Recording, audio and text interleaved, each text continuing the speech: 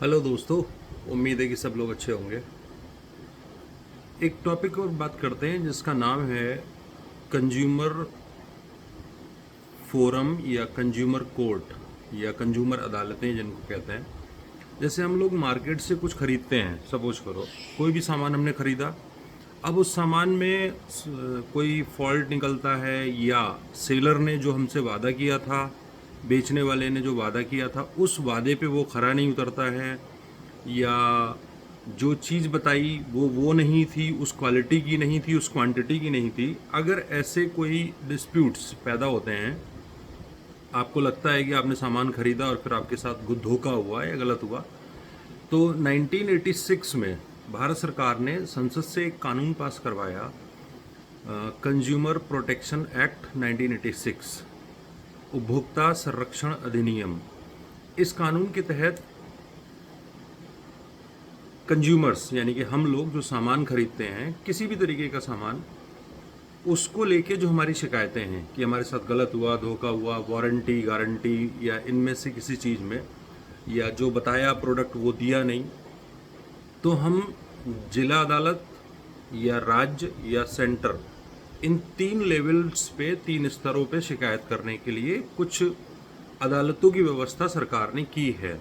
या हम कह सकते हैं अदालतों की, सो कॉल्ड अदालत। हालांकि वो 100% अदालत नहीं कहेंगे उसको, क्योंकि वो एक पर्टिकुलर कंज्यूमर के गुड्स से जुड़ी हुई चीज़ों को लेके या सेवाओं से लेके, सर्विसेज को लेके शिकायतों को सुनती हैं। ठीक है।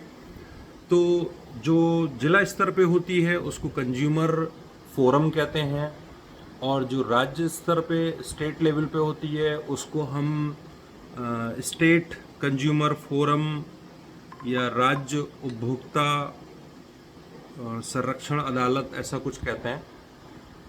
राज्य उपभोक्ता विवाद निवारण, ऐसा नाम दिया गया। आयोग, हाँ आयोग कहते हैं, राज्य उपभोक्ता विवाद निवारण आयोग, यानी कि state consumer dispute redressal commission. ये स्टेट लेवल पे होता है, और डिस्ट्रिक्ट लेवल पे मैंने बताया जिला फोरम या डिस्ट्रिक्ट फोरम होता है।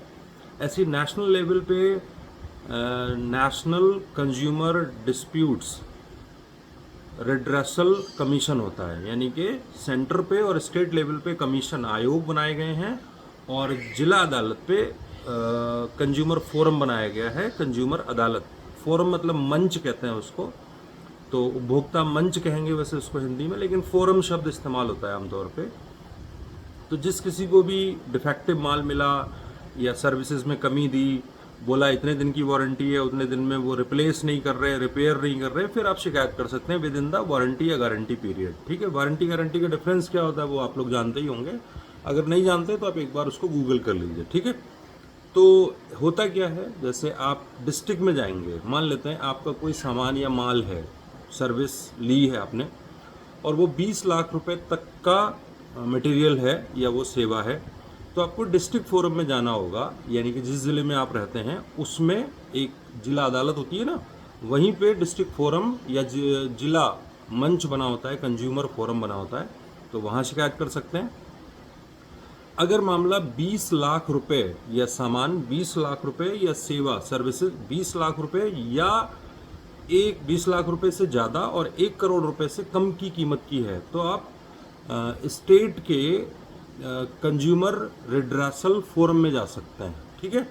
और अगर 1 करोड़ रुपए से भी ज़्यादा है तो फिर आप नेशनल कंज्यूमर रिड्रेसल कमीशन में जा सकते हैं, जो नेशनल लेवल पे होता है। ठीक है। तो इस तरीके से सुनवाई का एक प्रोसेस बनाया गया है। इसमें आप अमाउंट ध्यान रखना प्रीलिम्स के पर्पज से। जैसे एक तो कब का consumer forum, consumer protection act बना हुआ है, तो 1986 का है। पीईटी का एग्जाम हुआ था, उसमें भी ये क्वेश्चन पूछा हुआ है।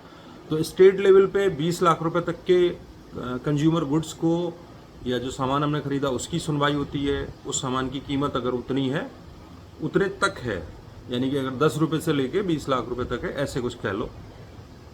और स्टेट के कमीशन में हम तब जाएंगे जब 1 करोड़ 20 लाख से ऊपर है और 1 करोड़ रुपए तक है, और 1 करोड़ रुपए से भी अगर सामान की ज़्यादा कीमत है तो नेशनल लेवल पे हम कमीशन में शिकायत करते हैं। ठीक है। इसको एक बार दोबारा सुन लेना, ये फैक्ट काम आएगा।